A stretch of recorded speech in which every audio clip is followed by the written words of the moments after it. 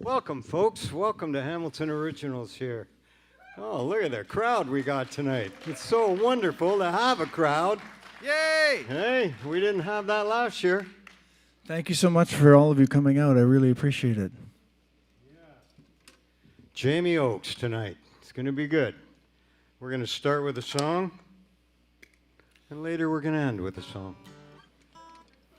But for now...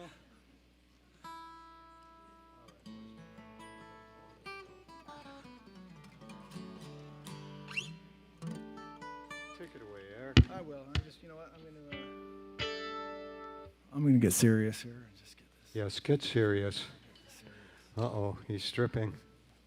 Stripping. Okay, that's enough. That's enough. We don't want to see the rest. Stop. Full stop. I don't look good naked anymore. So Used to, but I can attest to that. you can? You don't want to know. All right. Yeah, this is a song.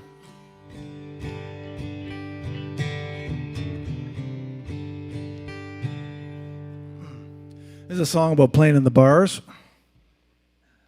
And Ooh, we've done that. we've done that. And you come home late at night, and I would crawl into bed, and my wife would say, "Get out, you stink." That's what my wife said. Oh, gee. That was the pre non-smoking days, where you'd just play, and the bar would be blue with smoke. Yeah, like a Tim Hortons. Anyway, yeah. So you know the old saying, it's like these things never get old, and this got old. This is called Old Man Fear. Yay! 1, 2, 3, 4.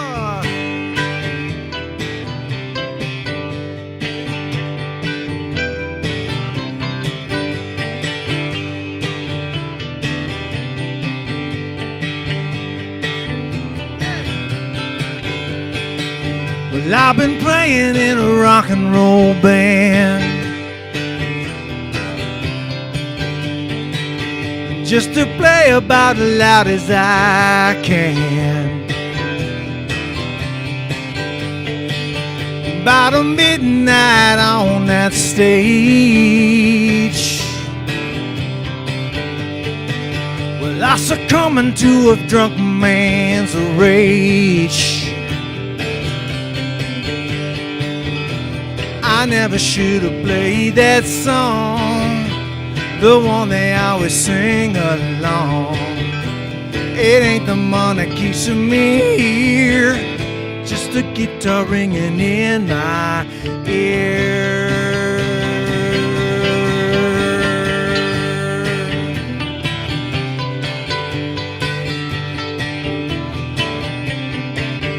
Yeah, well, I met her out on my break. Yeah, she gave my hand a friendly shake. How do you do? She said, "Darling, come home with me."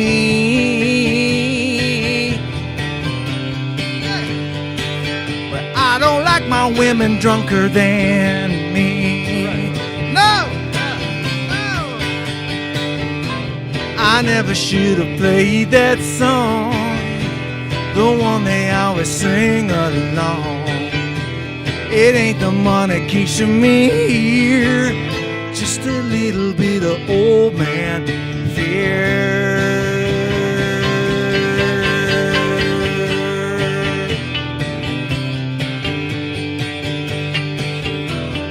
Hey, play one time.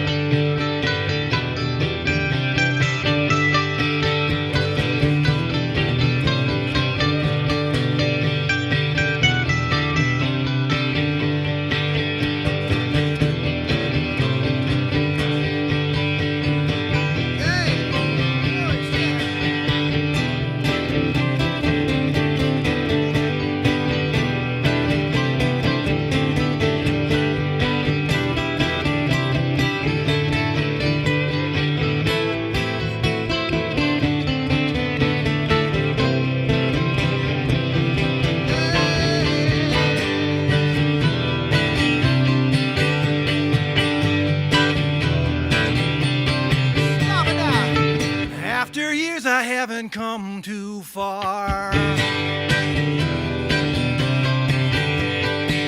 I think about it while I load my car.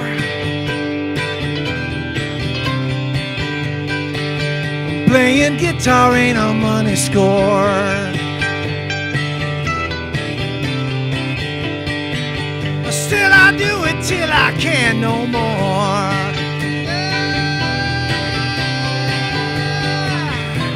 I never should have played that song, the one they always sing along. It ain't the money keeps me here, just a little bit of old man fear.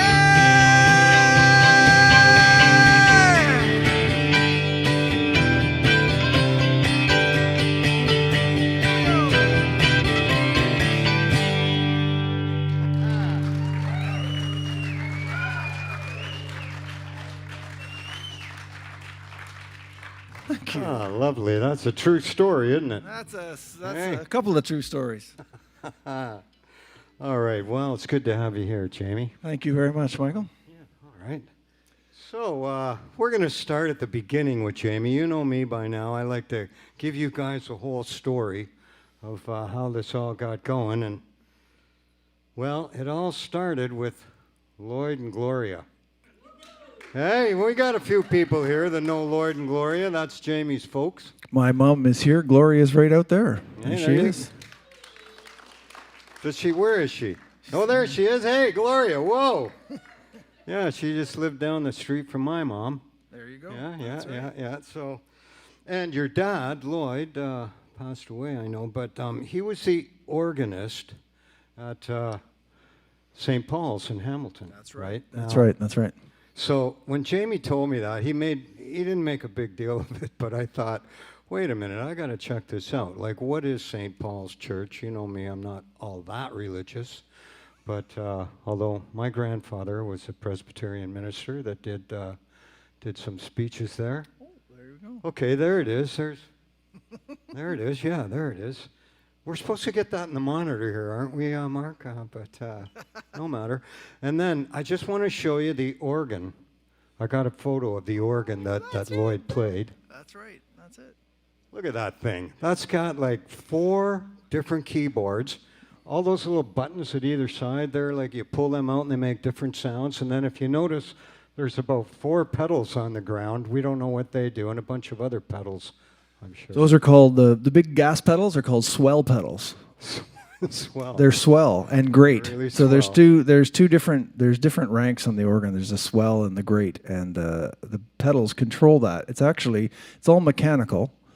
In behind or in front of all of the pipes, you can see the decorative pipes in the church, but then there's also other rooms that have full of pipes, and there's doors on them, and this is how they made it louder. When they wanted the organ to be louder, he would open it up, and the door would mechanically open and let the sound out. It was really quite antiquated by today's standards, but it's really fascinating stuff. Pretty amazing. So one of these days I'm going to break into that church and have a look-see for myself. But yeah, if God only knew. So, and then going back, to the brothers, Jamie grew up with 3 older brothers, Dave, Dan, and Pete. That's correct. In that order, too. And I just realized, that was correct. Now, Pete, I remember going over to your house when I was a kid, and he was playing the trumpet. Yeah, he played the trumpet in high school and continued to play it to this day. I still think he has a couple of functional trumpets at home that he'll wing out once in a while. All right, after he'd been drinking, maybe? Maybe. Maybe? maybe not. You never know. I don't know. I don't live there, so I can't say. That's right. So moving right along from that whole thing, we got into Ancaster High, and I think that's when it all really got going, didn't it? There's our alma mater there. There it goes. A few of my guests have been to that school. Yes, that's where the trauma all began. That's where the trauma begins, yeah. I remember that tile on the floor of the hallway so well. But, so that's kind of where it started, didn't it? Like, when was it that you first picked up the guitar? Tell us about that. I was probably at about grade 9. I wanted to play guitar since I was about 10 or 11, and I don't think I was taken seriously enough. But what? Who listens to 11-year-olds anyway? We don't listen to them. Yeah. But by the time I was 14, I was able to get a guitar in my hand, and then I was like destined to become a rock star.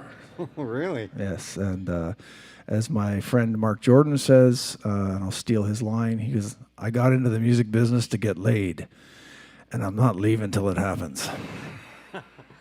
Another true story from Jamie. That's a lot of the times why we get into music, is we like to imagine that we're going to be John Mayer, or we're going to be Paul McCartney or something, where all the birds are coming looking for us, right? So Yeah. Now, we've been upstairs in the green room gabbing about all this stuff for the last hour, so we got to go back over it, if you don't mind. Like, who taught you your first, like, what was the first song you learned?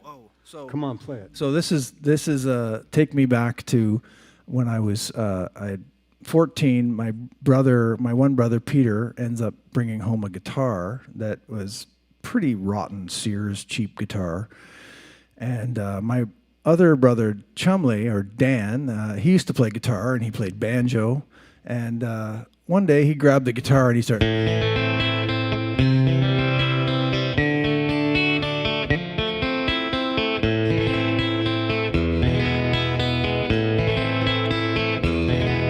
I went, "Can you teach me that?" Yeah. And so he sat down, and about an hour later, he taught me the chords, and that was it. So I kind of took the guitar and disappeared into my room and didn't come out. Great And song for a 14-year-old to learn about. Perfect song. Prostitution. Prostitution, gambling, So then you got a band going, did you?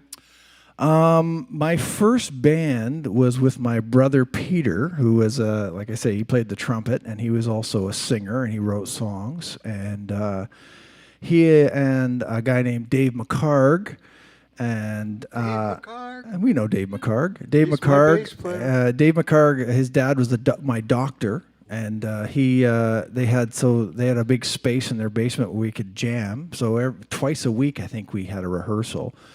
It was Dave McCarg, and it was a guy named Monty Gibson on bass, and a guy named Pat McKenna on drums.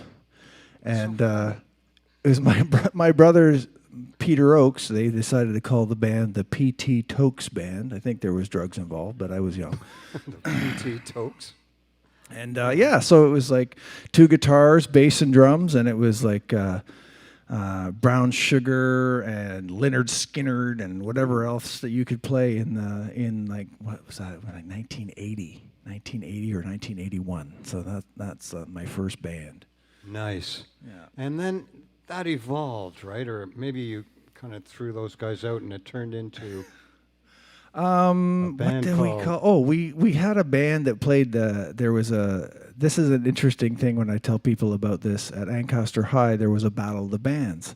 And there were so many bands. There were 14 bands in Ancaster High. Oh, yeah. 14 now there's like, you're lucky if you have like one person who plays an instrument. I got a turntable and a microphone. But it's it's completely different. So they had auditions to play the Battle of the Bands. So I had what was the beginnings of my first band. We're going to talk about that. A couple of different guys, and my friend Monty Gibson, who was going to play bass. He was graduated, but he came back to do the audition. We did the audition with a couple of different guys, and we snuck in so we could win and then go and play the actual show. And we didn't care whether we won or not. And that's sort of like, that was sort of the beginning of being a musician and not really caring about the consequences, just the idea of actually getting out and playing, right? I got to play, man. I got to play. I got to play. So that evolved into Dabba? It was this guy named Barry Turner who I met, and he was another guitar player, and we hit it off and became like jam buddies, and we started playing, and it was like, let's put a band together, man. And he goes, I got a drummer.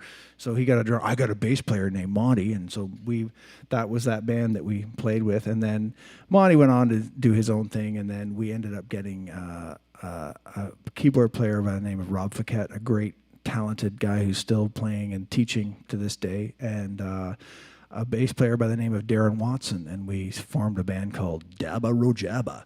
Dabba Rojabba. Okay, so that I haven't asked you. That's this. a later picture, actually. There's an earlier picture. I think you've got two. You've got two pictures, right? We got two. That's Sorry, a late. That's after there was a change up. So if you have, I don't know where there's another. There's another. Anyway, Rob Fouquet. Anyway, this is this is like the last version of the band before it completely disbanded. But Okay, but it's sort of the band. they're bloody handsome guys, I have to say. Really, except for you. Like, look at those guys. No, just kidding. I love So the who came cheekbones. up with the name, and what does it mean? It's Swahili for some sort of weird sexual act, I think. But I knew that. so Yeah. no, I it's just it's a dumb. I think the bass player came up. I think Darren came up with that. So it was. And that logo, boy, I guess there was an artist. in That's the the okay. There's the original lineup. So there's from your left, Darren Watson, Rob Fouquet, Dave Harris, Barry Turner, and then curly-headed guy me. Whoa. Daba. So what kind of music did Daba Rojaba play? It was progressive rock. Of course.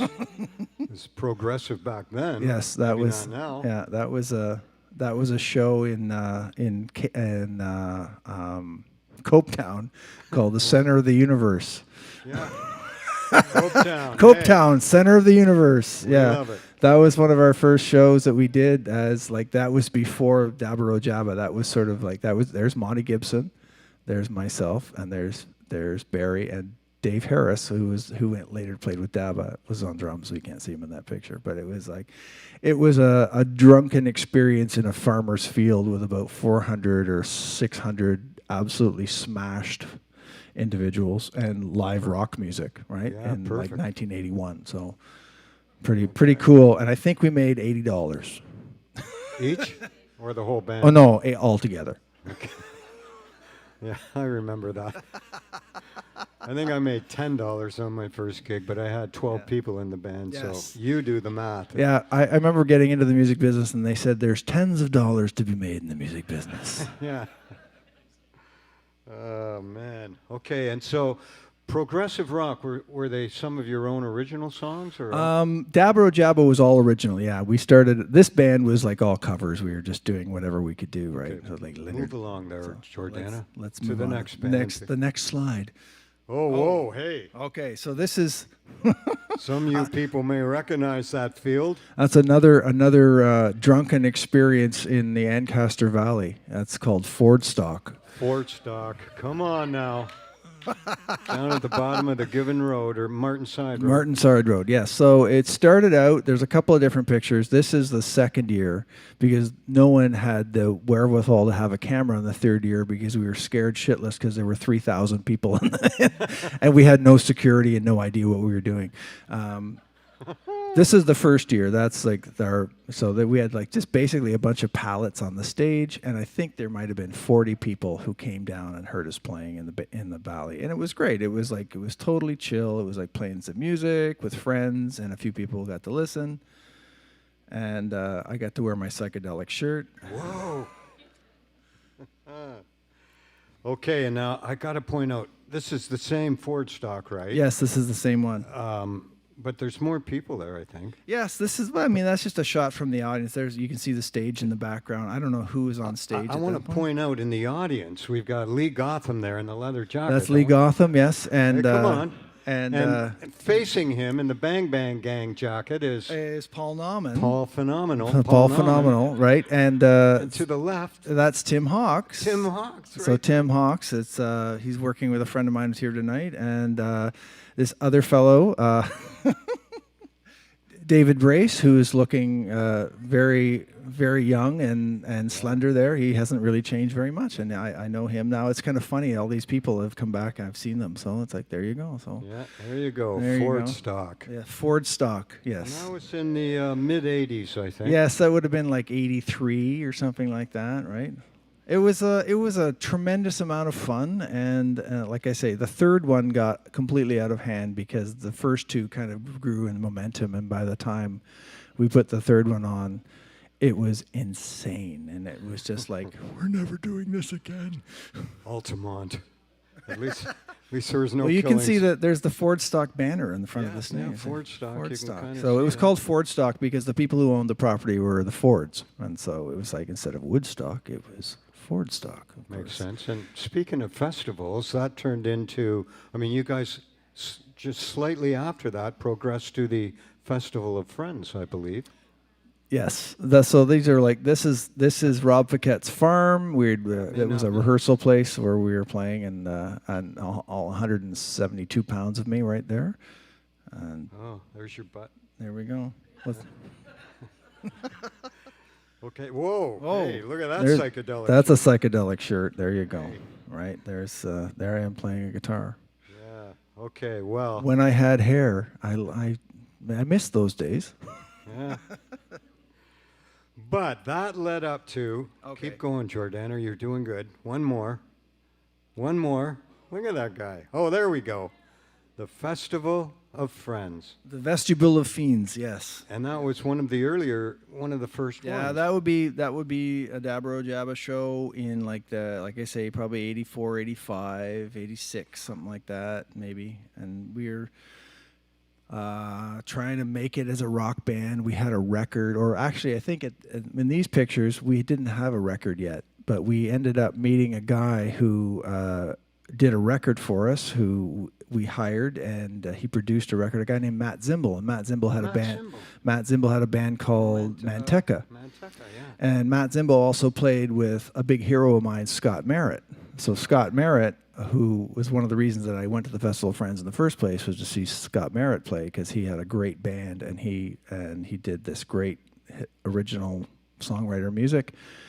And I think Matt approached us and said, "You guys are really great. You guys need a record." And he was a producer, so we hired him and made a record. Sweet. Well, speaking of which, maybe we could make another song for these folks. Okay, what was it? What do you- what were we gonna do? What's up next on the song list is... Oh, lay down your guns. Oh, All right. hey. That's a good song. All right, so.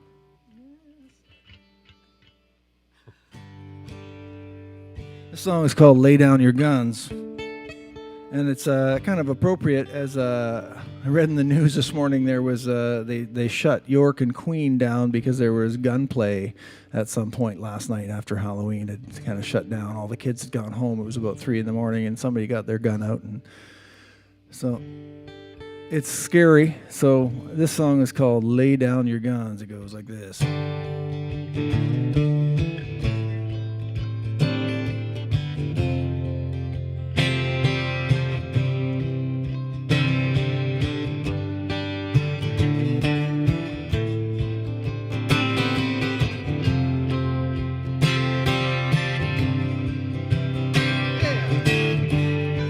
Well, sometimes I feel like this is the ending. Sometimes the truth gets lost in the bending. Well, I know you're mad, 'cause I ain't the best man. Well, I may be poor, but at least I can listen. So lay down your guns and talk to your brother. Lay down your guns for fathers and mothers. I know the world will change for the better if you lay down your guns forever. Yeah, yeah, yeah.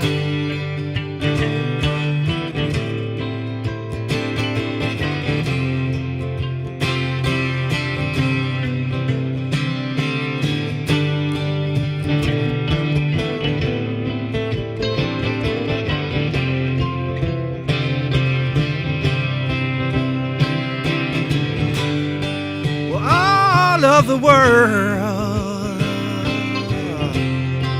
and all those that drive it, we live day to day. just trying to survive it. Well, we've all been mad at someone or something. Well, it's not the end. Well, it may be nothing. Lay down your guns and talk to your brother. Lay down your guns for fathers and mothers. I know the world will change for the better if you lay down your gun forever. Yeah, time has a way of testing your love. The path that we take is chosen to show us what we are made of.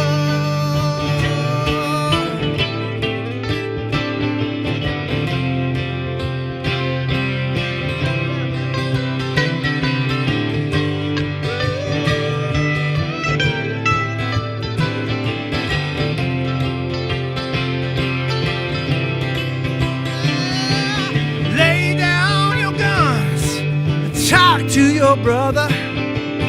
Lay down your guns for fathers and mothers. Lay down your guns, the world will be better if you lay down your guns forever. Yeah, one more time. Lay down your guns and talk to your brother. Lay down your guns for fathers and mothers. Lay down your guns, the world will be better if you lay down your guns forever. Thank you. Sweet. Lay down those guns. Thank you. Michael McCurley here on the little miniature Gibson there. It's a little guitar. He's going to play a little guitar for you. That's a Wendell Ferguson joke. I know. Yeah, you're good friends with Wendell. I know Wendell very well, yeah. He's coming up here at Christmas time. He's going to be on our Christmas show, along with another friend of yours, Ruth Sutherland, and her Celtic band called Scantily Plaid. Scantily Plaid. So it's going to be a neat Christmas show with the irreverent Wendell. The irrelevant Wendell. Irrelevant. The irrelevant. And some Celtic music from Ruth Sutherland. So. All right, well, let's get into the where were we? Whoa, hey, hang on. Wait a minute. Hold on. Where are my notes? Okay. So now we're bringing you up to the 90s, like we're done with the 80s, okay? We're done with the 80s. We're so done with the 80s. Let's go into the 90s when you kind of, at that point, you were like a super full-time musician, right? Through the 80s, I think I had some jobs and stuff like that. Well, that's true. But by the sort of the mid 80s, late 80s, I made a decision that I was just going to go and play solo. And I quit my job and I started playing solo gigs. And I have a friend who talks about being a landlord or a landlady, and it's a great line. It kind of works for playing solo musician, and that is, it will drain the milk of human kindness from your soul.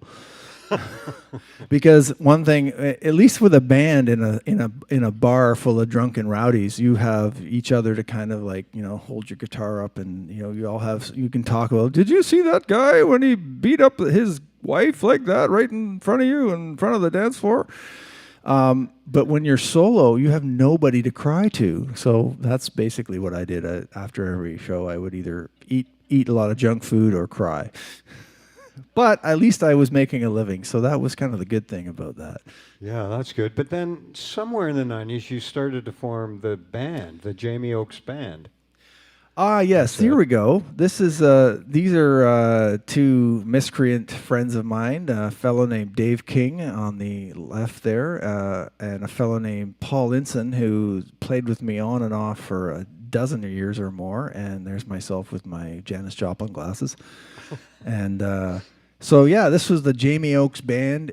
Dave actually called me one time and said, let's do a band. Let's do a quick band. And he ended up going off and doing something, and I had a couple of different permutations, and then he said, I've met this bass player, this guy named Paul. He's great. So I called him up. I said, Paul, I got this house gig. And I don't know how I got a house gig without a band, but I got a house gig. And next thing you know, we started playing Chaps in Westdale, and we played a bunch of other gigs. And it was a lot of fun. There was never any script. It was always just cover music. It was, playing in a bar. You don't want to, it's like, I'm going to enlighten the audience. That's not going to work.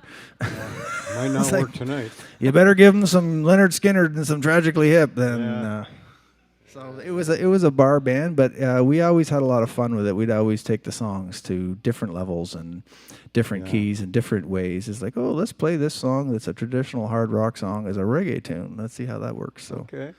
Now we're going to come back to the Jamie Oakes band. I want to get a little more into that in a minute, but also in the 90s, you started playing for some fairly big people, right? Being a sideman or whatever. Oh yeah, so I ended up. There was a band. I don't think you have any pictures of these guys. I played with a band in Toronto we were playing it was the infamous Chicken Wing circuit. Yes, of course. Many alcoholics were formed on the Chicken Wing circuit. And so, the Chicken Deli, which was this bar, Yonge and Eglinton, and I played a bunch of gigs there, and this band was called Uncle Shecky. And I didn't come up with the name, but I got asked to go play with it, and we played a bunch of shows. We used to do casinos and stuff just to cover band rock and just to play and make some money and have some fun. So that was through that I ended up meeting other people who ended up saying, oh, you should go play with, go do this audition for this woman named Amy Sky. And Amy Sky is there she is there, and that's a show probably around that time. And it was I still play with Amy. We just did a video shoot with her and her husband. I also ended up playing with her husband, a guy named Mark Jordan, who plays with a group called Lunch at Allen's, who have played here. Fantastic musicians, fantastic people, fantastic friends. And other than being a great guitarist, why did she hire you in particular? My stunning good looks, my high cheekbones, and my height. It was mainly his height, right? Because she's a tall woman. She's a beautiful, statuesque woman, and I think she wanted that. I was told, Amy's looking for a guitar player who's tall. I'm like, hey, I'm tall. I got a guitar. Not me. So, anyway, I think that got me in the door, but me being able to play and sing also, I think, kind of kept me the gig. So it's been I don't know how many years it's been since. I don't even want to say it because it's scary, but it's to this present day we still do gigs together, and it's always a joy and always a pleasure. Nice. So thank you, Amy. Yeah, thank you, Amy. Now that brings us to another famous rock star, and you asked me not to mention his name, so I'm not going to. But he wanted to hire you, but then he found out you were too tall. That's right. That's that true. Guy, he That's was true. short. We won't mention any names. It was. But, and you lost that gig because you're too tall. Well, I started learning the music, and then, like we say, we're not going to mention any names, but it was like I was talking with the road manager. He goes, how's it going with the music? And I'm like, I'm learning. It's really great. It's excellent. It's like it's going to be a European tour. It's awesome. And he goes like, by the way, Jamie, how tall are you? I'm 6'5". Whoa. Back it up. Whoa. So, yeah, so I guess the singer was not... was diminutive, let's just say that. And I mean, I'm a freak. Come on, like I'm 6'5". Like, anyway. So, anyway, it's a fun. Now it's a funny story. At the time, it was like, well, I don't get the gig. But now it's a funny story. But that kind of led to, or maybe not, but to Tom Cochran. Yes. Red Rider. Oh, where'd you get that picture from? That's awesome. The internet. There you go, the internet.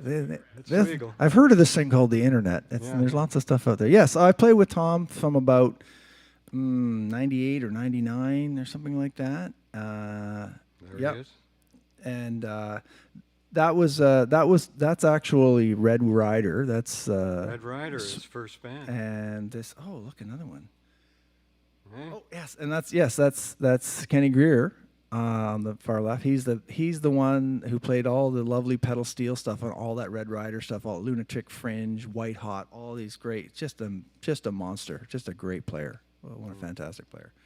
That's Molly Johnson Famous and singer. Tom Cochran, and this tall guy. The tall guy. The tall yeah. guy. So that was at Hughes Room, I think. We were maybe at one of Mark's shows. So Whoa, Hughes Room. And that would bring us to Mark. You just mentioned earlier, Mark Jordan, great songwriter and singer. There he is. there we are at the Festival of Friends, sometime in the '90s. I think it was about '99 when I started playing with him, and yeah, it was funny because Amy said, like, Mark's looking for a guitar player. There we are. There's Rich Moore, Mark Jordan, and Mark Lalama, and myself looking very dour with my glasses on. Dour.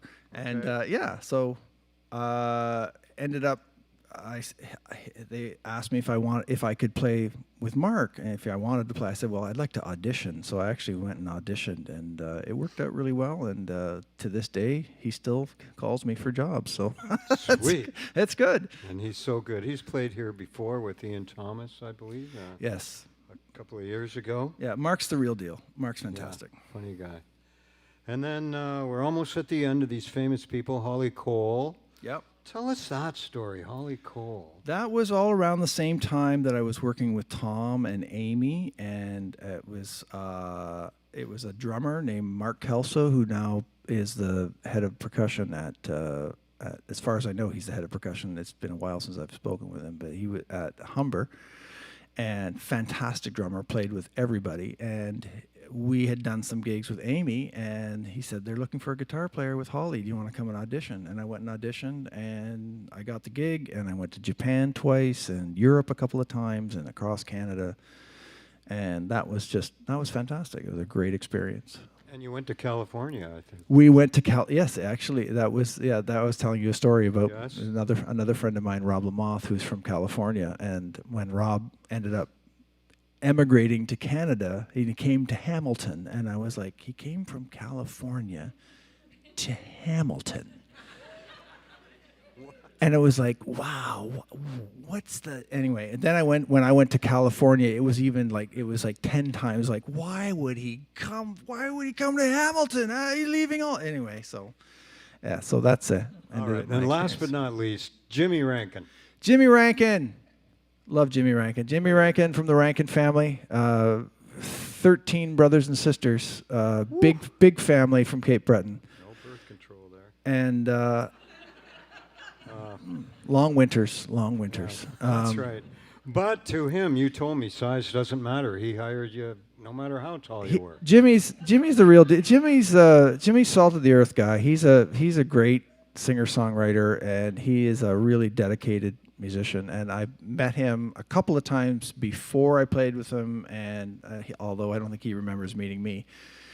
And he called me one time, and his guitar player was not available. And he said, like, do you want to come and we got this gig opening for Great Big Sea all across Canada. Do you want to come and do it? And I'm like, okay. Yeah, sign me up. So that was a really great experience too. That was I really was able to hone in on my drinking skills when you're on the road, because you're in a bus, right? You basically after your show you just climb on a bus, so it's like you don't have to worry about drinking and driving. Whereas as a solo act, once you're done your show, you got to be sober before you get behind the wheel. That's right. Speaking of which, let's do another song called. Oh, okay, all right. Another dark and happy song. It's a dark but happy. No. This is a fairly new song. I wanted to write a song that was in the kind of the style of a murder ballad, right? Because there's those, long Black Veil and something like that. There are a lot of Americana songs that talk about really dark subject matter, and so I wrote this song. And it was called "Down to the Grave." Sounds like Tom Waits. Yeah, Tom Waits. "Down to the Grave." It's a real pleasant pick-me-up kind of a song about murder.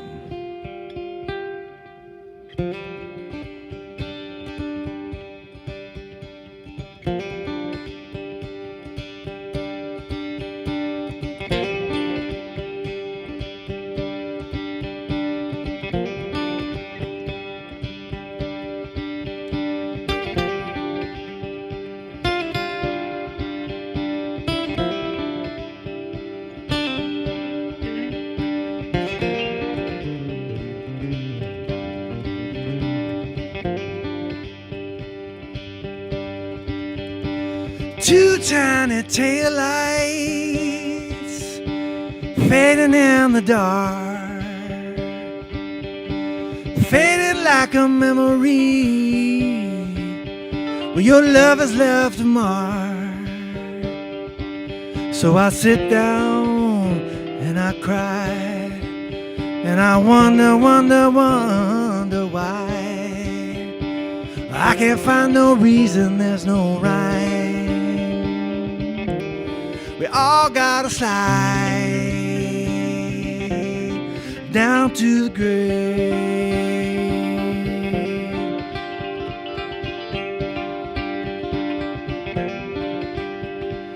October midnight under brooding blood red moon, frozen silent, gored down and sang a tune. And as I clung to her, there's no cries, no room inside these moments for goodbyes. In the stillness as I close my father's eyes, the secret survives down to the grave.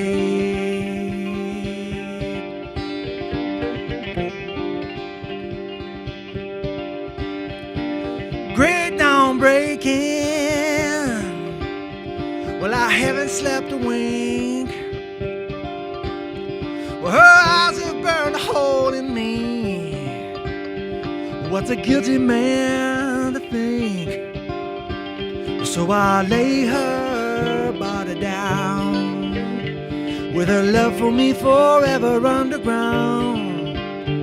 In the quiet of the forest there's no sound. When you're looking down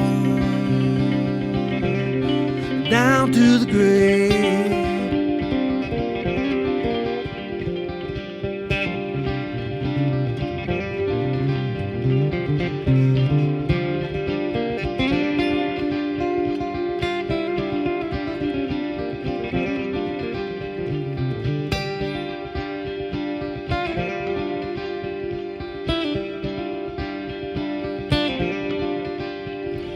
Telephone is ringing, I'm 100 miles away. Cut my hair in the bathroom beside the interstate.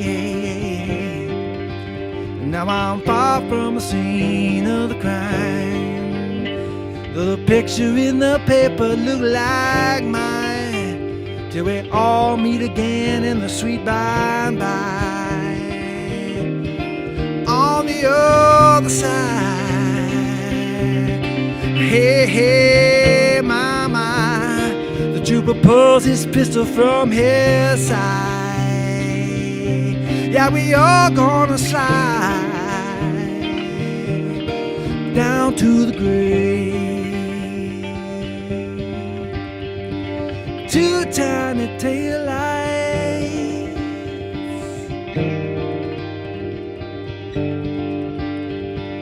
fading in the dark.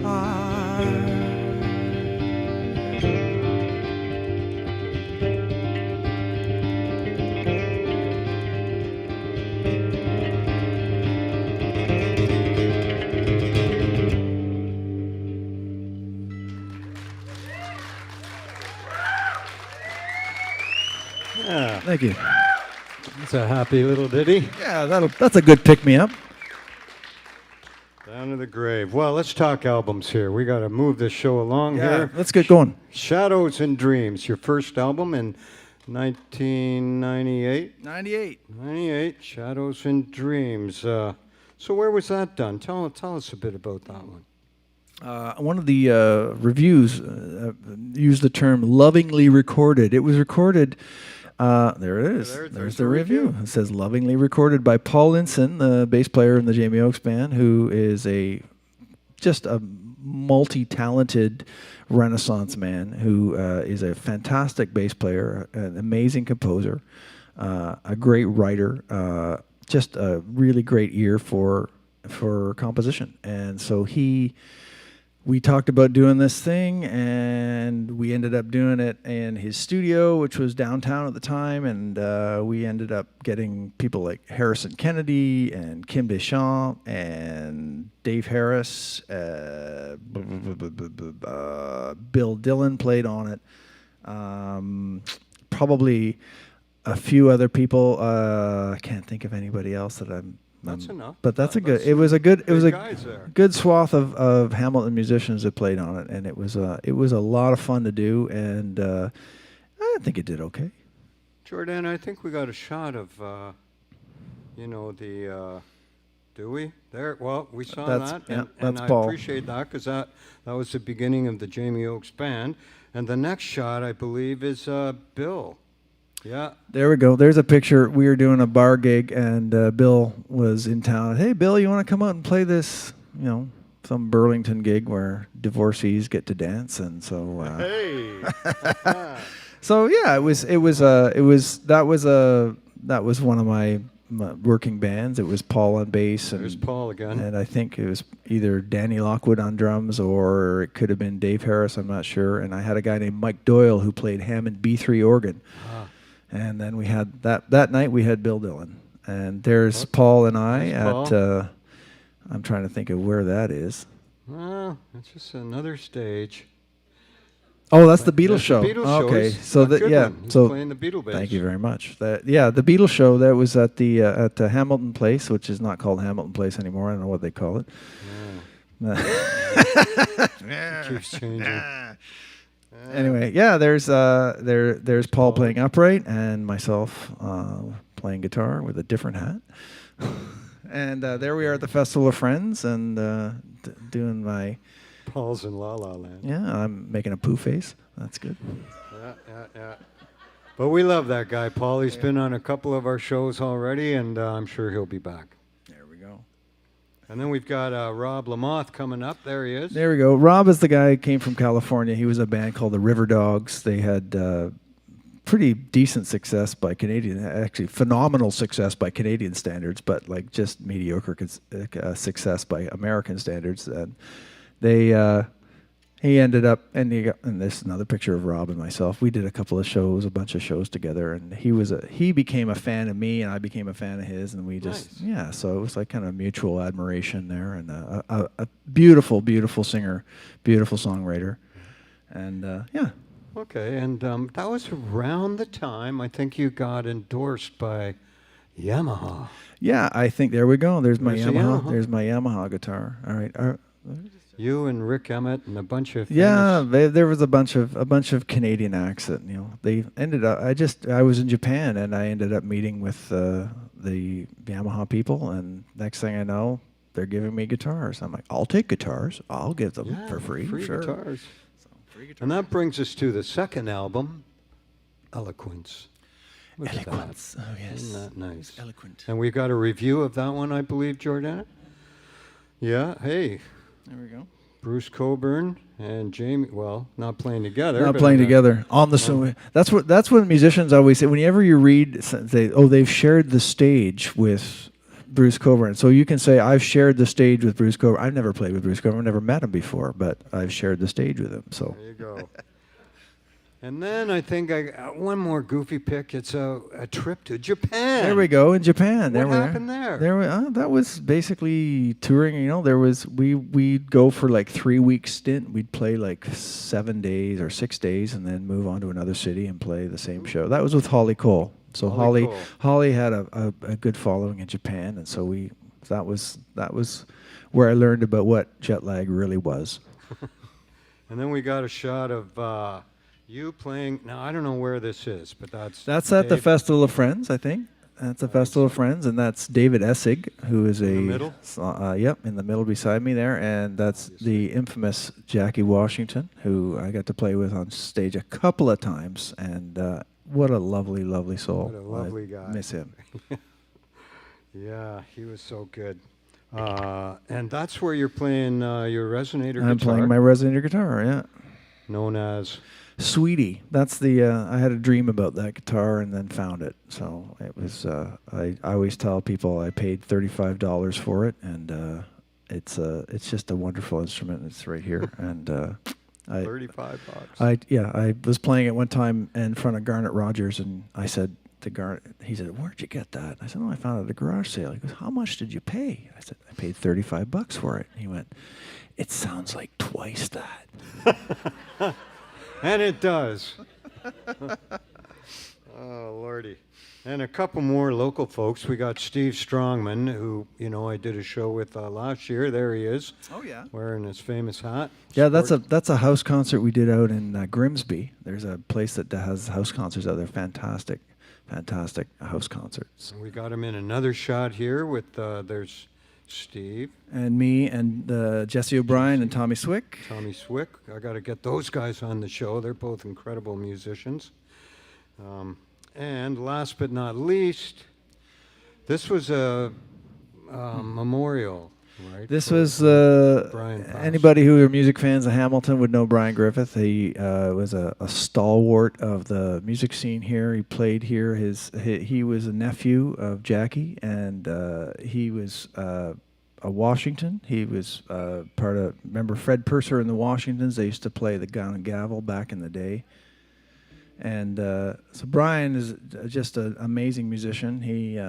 He passed away a few years back, and this was a celebration of life. And there's supposed to be one every year. There's a bursary. There's a I don't want to call it a bursary. It's a what do you call it? What do you call it? People, help us out. It's like they raise money every year and they give it to an up and coming musician, and it's in his name, and it happens every year. And there's so every year there's supposed to be this big show, and it's all these people that play. And since COVID has come, it kind of shut it down. So I'm looking forward to. I've played it every year since it started. So I'm looking forward to always being on that gig, because it's just always great to remember Brian, because he was What a guy. a magical force with the guitar. For sure. Speaking of which, here's another magical force. Happy you. Let's play another song. Okay, what do you want to do? It's gonna be Try a Little Harder. Okay, we'll do that. I'm gonna change over to the Sweetie here. I'm gonna get my big guitar. I'm gonna get my little guitar. Oh yeah. Now this is off your first album, no? Second? Yes, this is Or the first. I couldn't find it on YouTube. I had to actually buy the record. Jeez. Not used to that anymore. You know, the days you used to go downtown on the bus to Ann Foster's music and, hey, That's taking us back. pick up a new record.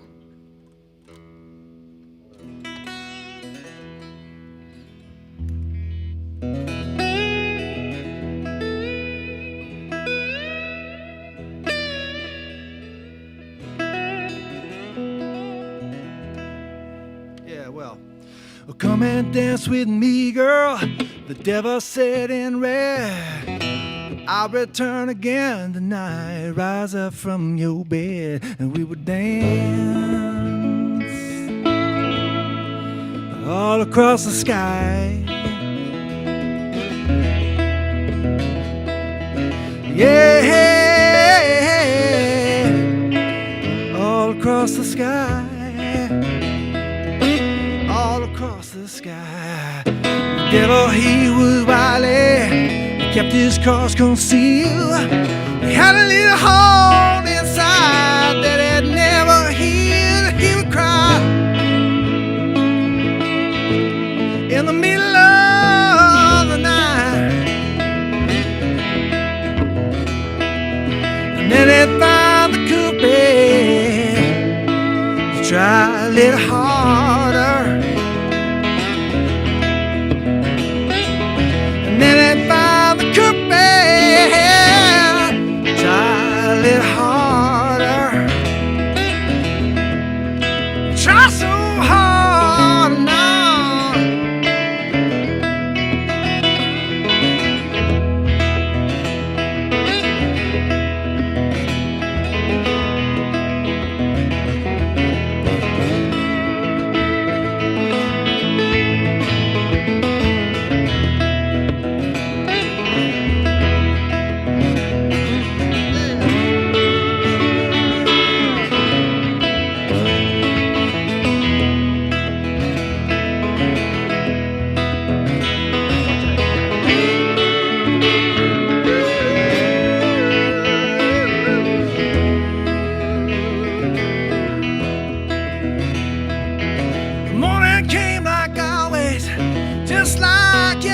day.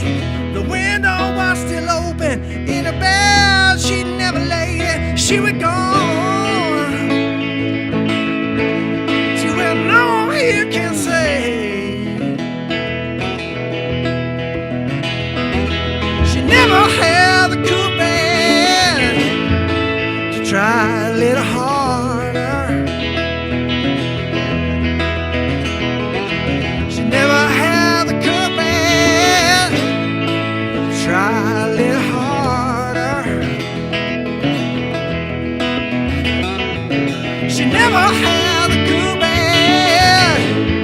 to try a little harder. Let's vamp this.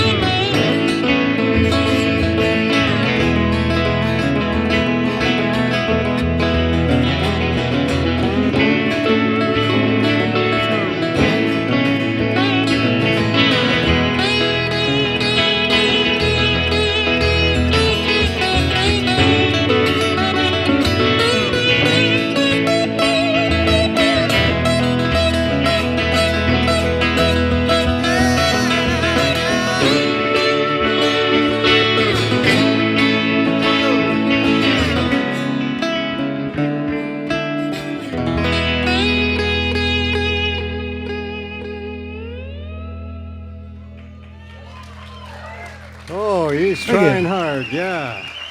Jamie Oakes. Thank you.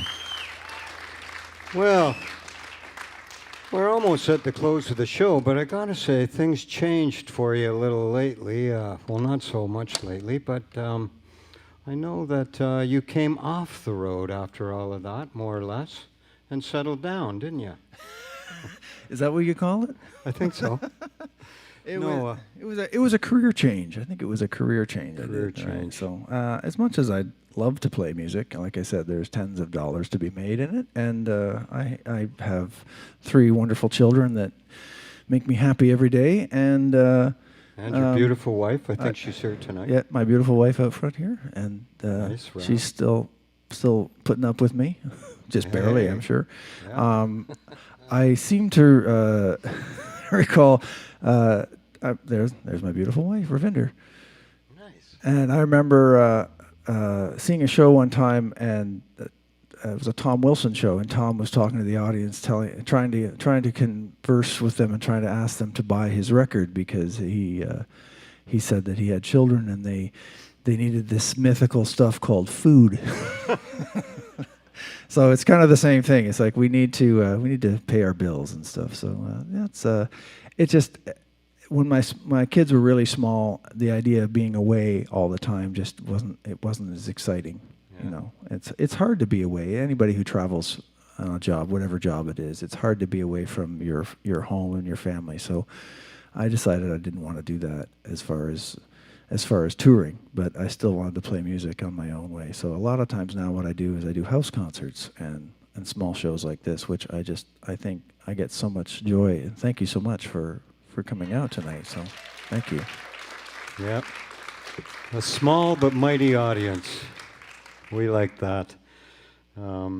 Just a couple more things. There you are, finding happiness in. Is that your backyard, maybe? That's my backyard, and that's my that's another garage sale find. It's a 1941 SS Stewart archtop SS guitar. Stewart. It's just a beautiful old guitar. It sounds like a Django Reinhardt machine. It's a Nice. And then you also did a bit of film music, music for TV shows. That's through the wonderful Paul Inson, who lives in that world of television and film, and he's done a number of films, and he's thrown me some bones, and we are involved in some, co-writing of stuff. That's years ago. It hasn't been recent, but there was also, they used a couple of songs from my first record in some different films and television stuff. So that was always really interesting. There was One is the Queer as Folk. There we go. Queer as So Folk. yes, one of my songs from the first record called "Go to the Water," and they used it in a particularly emotional part of the show, and they played like pretty much the whole song, and I ended up getting all these requests from all over the world, people who watched the show and just wanted to know what the music was and where they could get the record. So Neat. that was really cool. That was a really great thing for me. Yeah. A documentary called The Last Stand. There we go. There was a documentary that was done in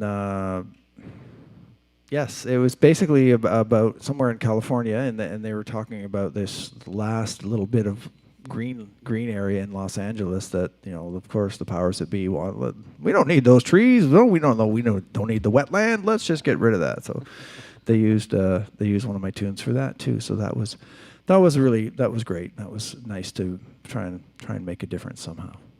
Nice. And so that just about gets us to the close, but what's in the future for Jamie Oakes?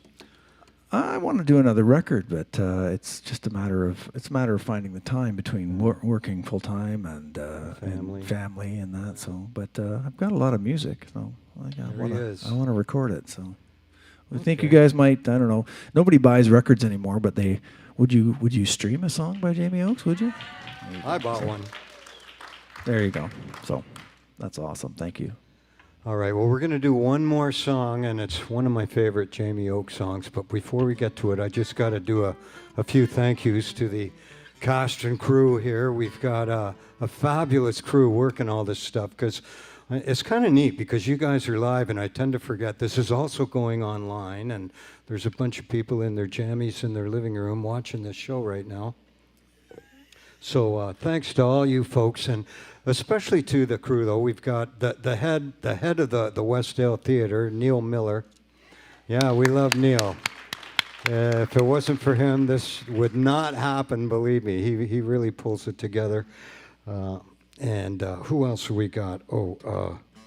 Before I do that, I do have to mention that we are a not-for-profit organization.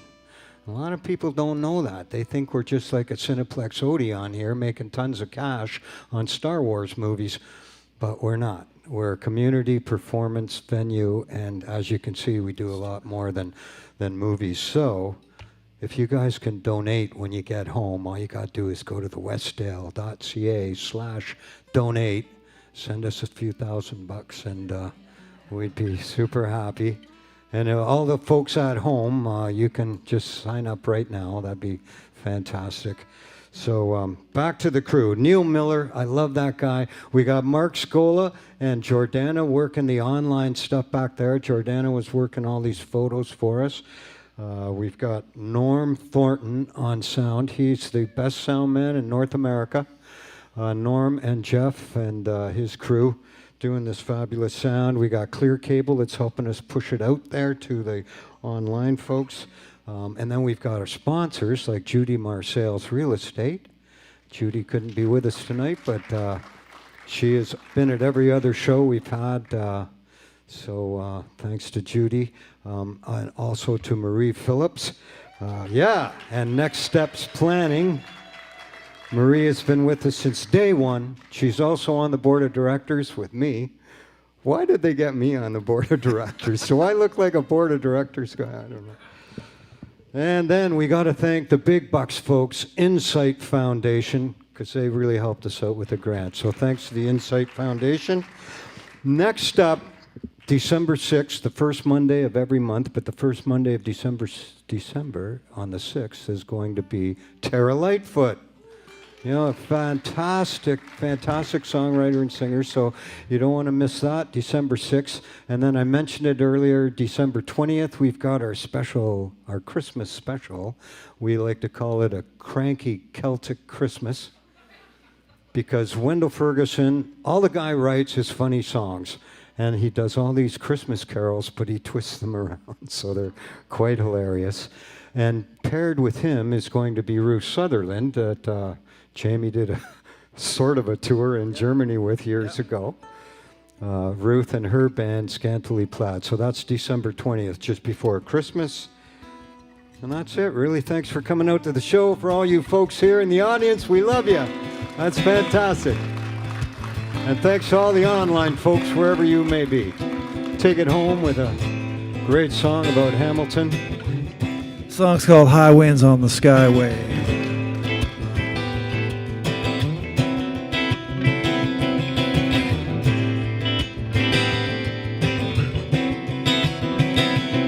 There's a storm that's blowing inland. It is coming from the east, blowing winds and holy thunder, branches, rain, and trees. There's a sign out on the overpass. You better pay heed. High winds on the skyway tonight. High, high. The water's rolling, ain't no stars in sight. High wind on the skyway tonight.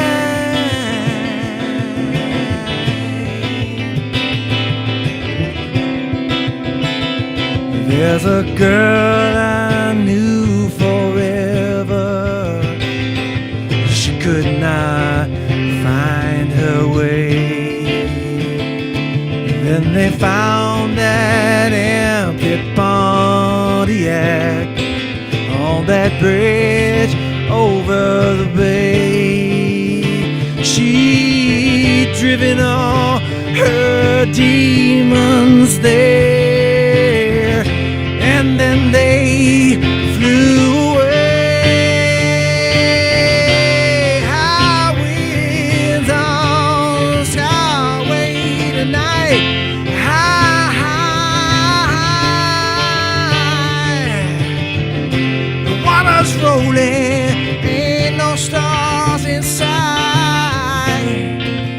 High winds on the skyway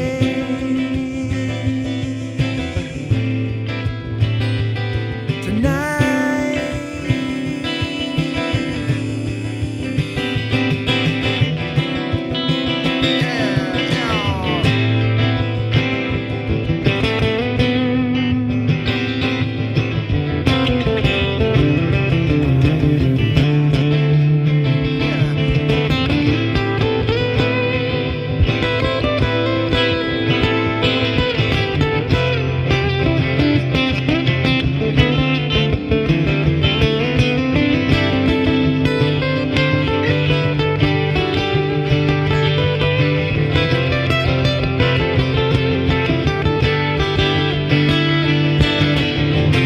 High winds on the skyway tonight. High, high. Water's rolling, ain't no stars in sight. High wind on the skyway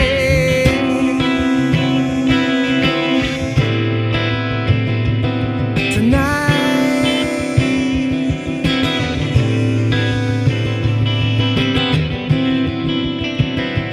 There's a storm that's blowing inland. It makes a mournful sound.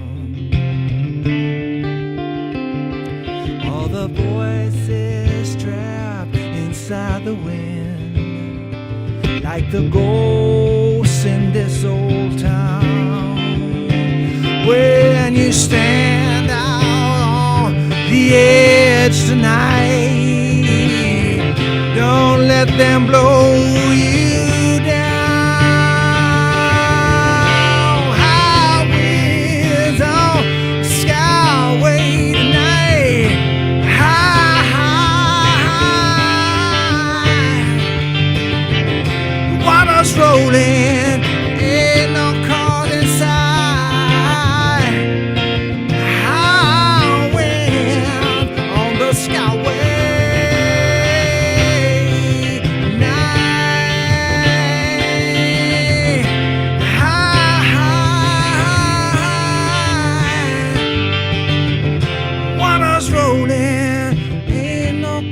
stars inside. High wind on the skyway.